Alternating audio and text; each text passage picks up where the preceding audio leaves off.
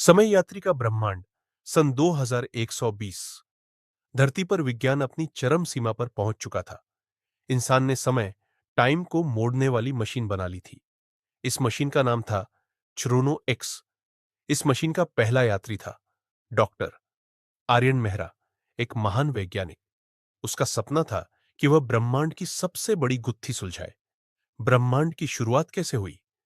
आर्यन ने time machine का gear घुमाया और एक तारीख डाल दी।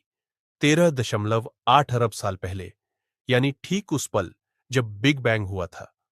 मशीन ने गूंजते हुए कहा, टाइम लॉक डिसंगेज्ड, जर्नी बिगिंस। पलक झपकते ही आर्यन की आंखों के सामने रोशनी का विस्फोट हुआ। वह अब एक अंधेरे खाली शून्य में था। अचानक एक बिंदु से तेज चमक फैली, इतनी चमक जैसे अरबों सूरज एक साथ जल उठे हों। वह ब्रह्मांड का जन्म था। आर्यन हैरान था।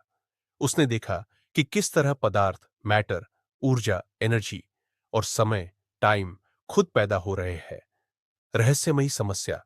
लेकिन तभी उसकी टाइम मशीन हिलने लगी।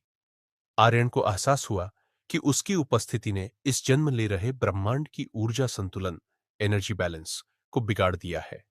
अगर वह यहां ज्यादा देर रुका तो शायद भविष्य का पूरा ब्रह्मांड ही बदल जाएगा। समानांतर ब्रह्मांड। अचानक उसके सामने एक दरार, रिफ्ट खुली।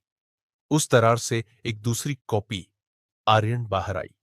वह बोली, मैं तुम्हारा ही दूसरा रूप हूं, उस ब्रह्मांड से जहां तुमने यह गलती कभी नहीं की।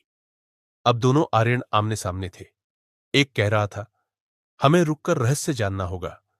दूसरा कह रहा था, नहीं, अगर हम रुके तो ब्रह्मांड नष्ट हो जाएगा। वह मुस्कुराया और बोला,